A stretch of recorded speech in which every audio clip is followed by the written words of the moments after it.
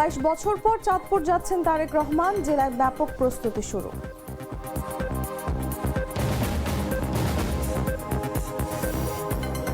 ঢাকা সহ 13 অঞ্চলে বজ্র বৃষ্টির আভাস, নদীবন্দরগুলোকে 1 নম্বর সতর্ক সংকেত।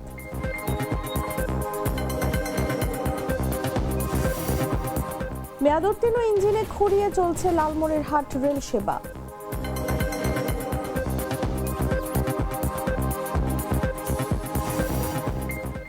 যুক্তরাষ্ট্রের নৌবাহিনী জলদস্যুর মতো ইরানি জাহাজ জব্দ করছে, মন্তব্য ট্রাম্পের।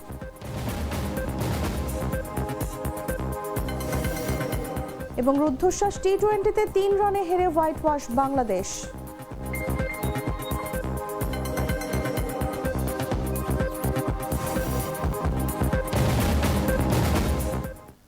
এতক্ষণ শুনছিলেন সংবাদ শিরোনাম। দর্শক আমন্ত্রণ বেলা 11টার সংবাদে, সাথে আছি আমি তাসলিমা তিথি।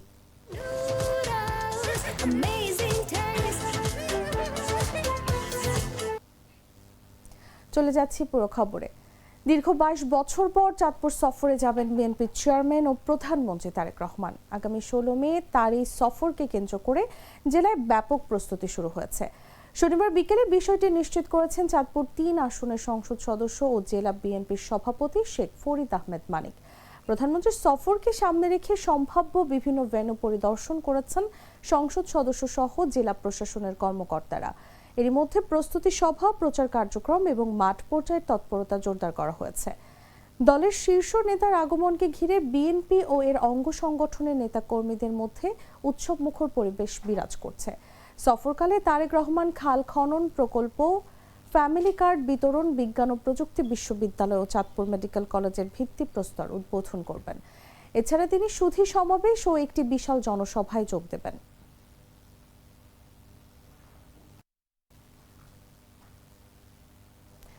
বিশ্ব মুক্ত গণমাধ্যম দিবস আজ। প্রতি বছর এই দিনে সারা বিশ্বে বিশ্ব মুক্ত গণমাধ্যম দিবস পালিত হয়। দিবসটির এবারের প্রতিপাদ্য শান্তিপূর্ণ ভবিষ্যৎ গঠন, মানবাধিকার উন্নয়ন ও নিরাপত্তার জন্য সংবাদপত্রের স্বাধীনতার প্রসার। বিভিন্ন কর্মসূচির মাধ্যমে বিশ্বের অন্যান্য দেশের মতো বাংলাদেশেও দিবসটি পালিত হয়। দিবসটি উপলক্ষে দেশের সাংবাদিকরা পেশাগত অধিকার ও মর্যাদা প্রতিষ্ঠায় বিভিন্ন কর্মসূচি পালন করেন। 1991 সালে ইউনেস্কোর 26তম সাধারণ অধিবেশনের সুপারিশ অনুযায়ী 1993 সালে জাতিসংঘের সাধারণ সভায় 3 মে তারিখটিকে বিশ্ব মুক্ত গণমাধ্যম দিবসের স্বীকৃতি দেওয়া হয়। এরপর থেকে বিশ্বব্যাপী গণমাধ্যম কর্মীরা দিবসটি পালন করে আসছেন। রোববার ওয়ার্ল্ড প্রেস ফ্রিডম ডে, বিশ্ব মুক্ত গণমাধ্যম দিবস উপলক্ষে তথ্য ও সম্প্রচার মন্ত্রণালয় র্যালি ও আলোচনা সভার আয়োজন করেছে।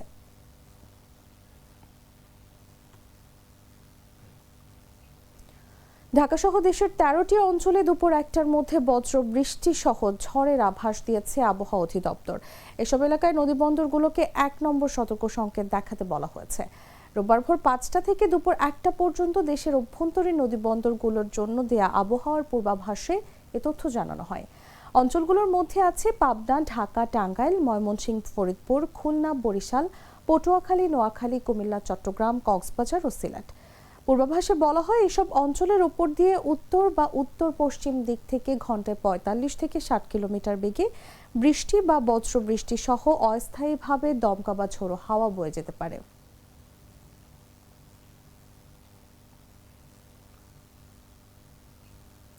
উত্তরাঞ্চলের রেল যোগাযোগের অন্যতম প্রধান কেন্দ্রবিন্দু লালমনিরহাট, অথচ এই অঞ্চলের রেল সেবা এখন কেবলই এক দুর্ভোগের নাম।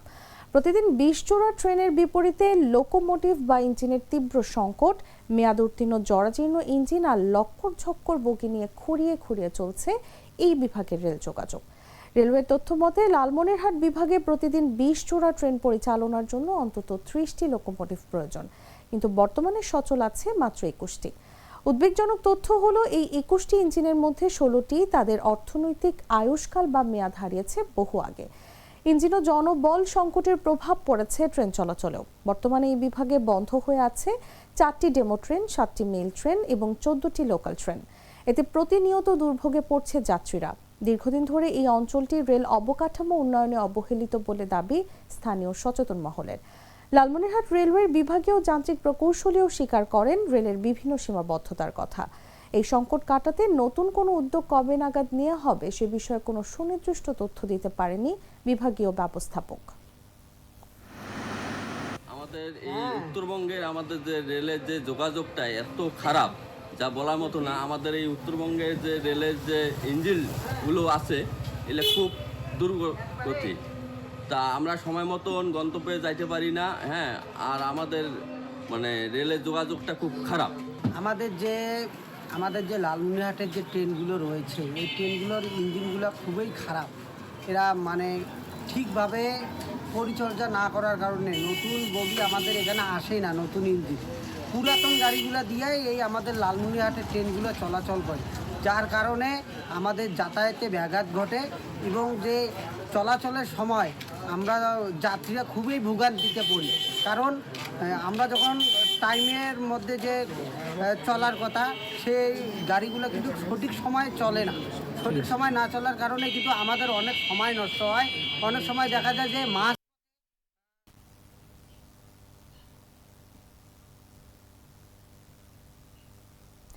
বিগত ফ্যাসিস্ট সরকারের আমলে দেশের তরুণ প্রজন্ম সামাজিকভাবে অবক্ষয়ের শিকার হয় এবং তাদের অনেকেই মাদকাসক্ত হয়ে পড়ে বলে মন্তব্য করেছেন শিক্ষামন্ত্রী ডক্টর আনম এহসানুল হক মিলন। বলেন সেই সময় কার্যকর কোনো উদ্যোগ নেওয়া হয়নি। শনিবার বিকেলে চাঁদপুর স্টেডিয়ামে নতুন করে স্পোর্টস উদ্বোধন অনুষ্ঠানে এসে বক্তব্যে তিনি এসব কথা বলেন। এহসানুল হক মিলন বলেন, বর্তমান সময়ে প্রধানমন্ত্রী তারেক রহমান তরুণদের জন্য আনন্দমুখর শিক্ষা এবং খেলাধুলার মাধ্যমে জীবনযাপন নিশ্চিত করতে কাজ করছেন। এর মাধ্যমে তাদের শারীরিক ও মানসিক উন্নয়ন ঘটানোর লক্ষ্য নেওয়া হয়েছে। আমরা দেখেছি বিগত দিনে সামাজিকভাবে আমাদের তরুণ প্রজন্মের অবক্ষয় ঘটেছিল, তারা মাদক আসক্ত হয়েছিল। ফ্যাসিস্ট সরকার এই ব্যাপারে কোন রকম কার্যকরী সিদ্ধান্ত তারা নেয়নি।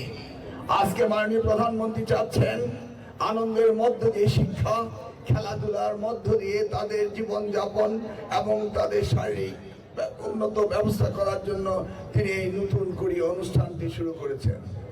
আমরা শিক্ষা মন্ত্রণালয় থেকে প্রাথমিক স্কুল থেকে মাধ্যমিক স্তর থেকে এবং বিশ্ববিদ্যালয় পর্যায়েও আমরা খেলাধুলার প্রতিযোগিতা শুরু করে দিয়েছি।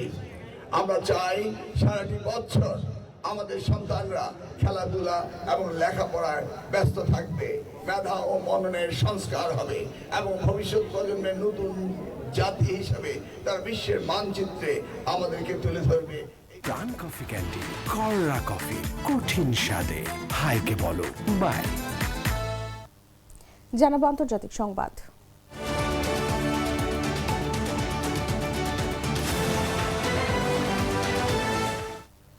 কাতার, কুয়েত ও সংযুক্ত আরব আমিরাতের কাছে সম্ভাব্য সামরিক সরঞ্জাম বিক্রির অনুমোদন দিয়েছে যুক্তরাষ্ট্র। একই সঙ্গে মধ্যপ্রাচ্যের দখলদার ইসরায়েলের জন্য অ্যাডভান্স প্রিসিশন কিল ওয়েপন সিস্টেম দেওয়ার অনুমোদন দেওয়া হয়েছে। শুক্রবার এই সংবাদ প্রকাশ করেছে তুরস্ক ভিত্তিক সংবাদ মাধ্যম আনাদোলু এজেন্সি। এক বিবৃতিতে বলা হয়, ইসরায়েলের সঙ্গে এই চুক্তির সম্ভাব্য মোট মূল্য প্রায় $992.4 মিলিয়ন। বিবৃতিতে আরও বলা হয়, প্রস্তাবিত এই অস্ত্র বিক্রি ইসরায়েলের বর্তমান ও ভবিষ্যৎ হুমকি মোকাবেলার সক্ষমতা বাড়াবে, তাদের অভ্যন্তরীণ প্রতিরক্ষা জোরদার করবে এবং আঞ্চলিক হুমকির বিরুদ্ধে প্রতিরোধ শক্তি হিসেবে কাজ করবে। এছাড়া এই সরঞ্জাম ও সেবা নিজেদের সশস্ত্র বাহিনীতে অন্তর্ভুক্ত করতে ইসরায়েলের কোনো সমস্যা হবে না বলে উল্লেখ করা হয়েছে। এই চুক্তির প্রধান ঠিকাদার হিসেবে কাজ করবে যুক্তরাষ্ট্রভিত্তিক প্রতিরক্ষা প্রতিষ্ঠান BAE সিস্টেমস। এর কার্যক্রম যুক্তরাষ্ট্রের নিউ হ্যাম্পশায়ার অঙ্গরাজ্যে পরিচালিত হয়। যুক্তরাষ্ট্রের নৌবাহিনী জলদস্যুর মতো কাজ করে ইরানি জাহাজ জব্দ করেছে বলে মন্তব্য করেছেন মার্কিন প্রেসিডেন্ট ডোনাল্ড ট্রাম্প। ইরানের বন্দরগুলোতে মার্কিন অবরোধ চলাকালে একটি জাহাজ জব্দের অভিযানের বর্ণনা দিতে গিয়ে তিনি এই মন্তব্য করেন। শুক্রবার ফ্লোরিডায় এক জনসভায় ট্রাম্প বলেন, তারা জাহাজের ওপর অবতরণ করেন এবং সেটির নিয়ন্ত্রণ নেন। জাহাজ, এর মালামাল এবং তেল সবই দখল করে নেন। এটা বেশ লাভজনক একটি ব্যবসা। তার এই কথায় সমর্থকরা উল্লাস শুরু করেন। এ সময় ট্রাম্প নিজেদের জলদস্যুর মতো উল্লেখ করে বলেন, তারা কোনো খেলা খেলছেন না। যুক্তরাষ্ট্র ও ইসরায়েল গত 28 ফেব্রুয়ারি ইরানে হামলা শুরুর পর তেহরান গুরুত্বপূর্ণ নৌপথ হরমুজ প্রণালী বন্ধ করে দেয়। তেল ও গ্যাস সরবরাহের প্রধান এই রুটটি বন্ধ হওয়ার পর গত মাসে যুক্তরাষ্ট্র ইরানের বন্দরগুলোতে অবরোধ ঘোষণা করে। পাকিস্তানে অনুষ্ঠিত শান্তি আলোচনা কোনো সমঝোতা ছাড়াই ব্যর্থ হওয়ার পরে কঠোর পদক্ষেপ নেয় ওয়াশিংটন।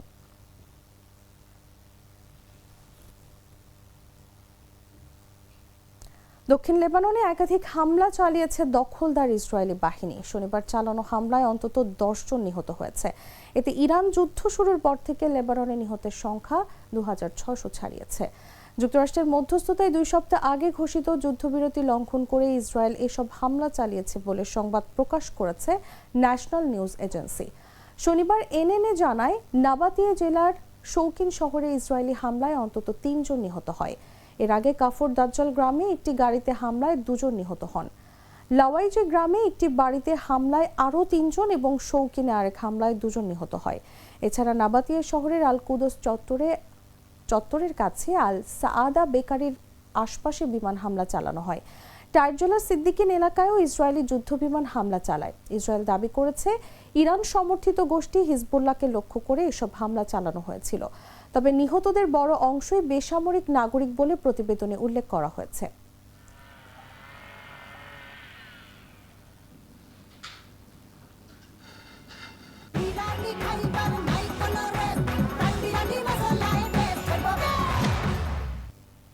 সংবাদ শেষ করব খেলার খবর জানিয়ে।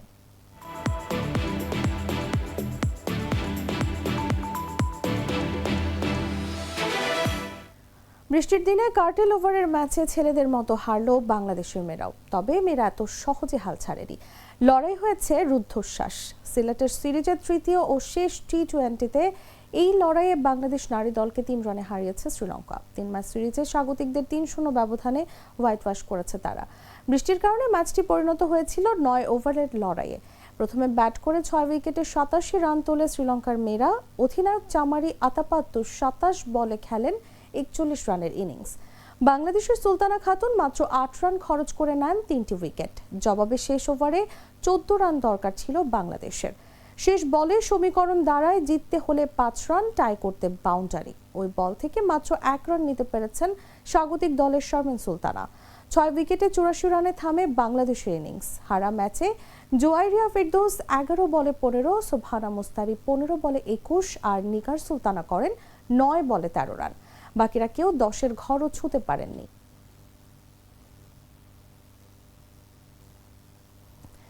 দর্শক, সংবাদ শেষ করার আগে শিরোনামগুলো জানিয়ে দিচ্ছি আরো একবার।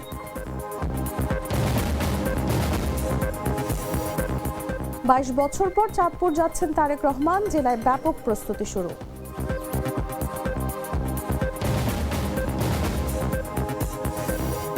ঢাকা সহ 13 অঞ্চলে বজ্রবৃষ্টির আভাস। নদী বন্দরগুলোকে 1 নম্বর সতর্ক সংকেত।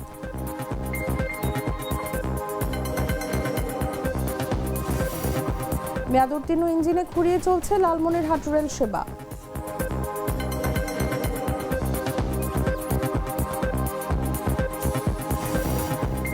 যুক্তরাষ্ট্রের নৌবাহিনী জলদস্যুর মতো ইরানি জাহাজ জব্দ করছে, মন্তব্য ট্রাম্পের।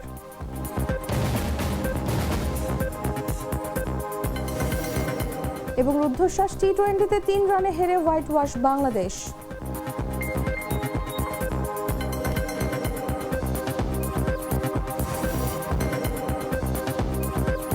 দর্শক, এই ছিল এখনকার মতো। এরপর দেখবেন দুপুর 1টা নিউজ। প্রতি মুহূর্তে সর্বশেষ খবর জানতে ভিজিট করুন jagonews24.com। ফলো করুন আমাদের ভেরিফাইড ফেসবুক পেজ এবং সাবস্ক্রাইব করুন জাগো নিউজের ইউটিউব চ্যানেল। ধন্যবাদ সবাইকে।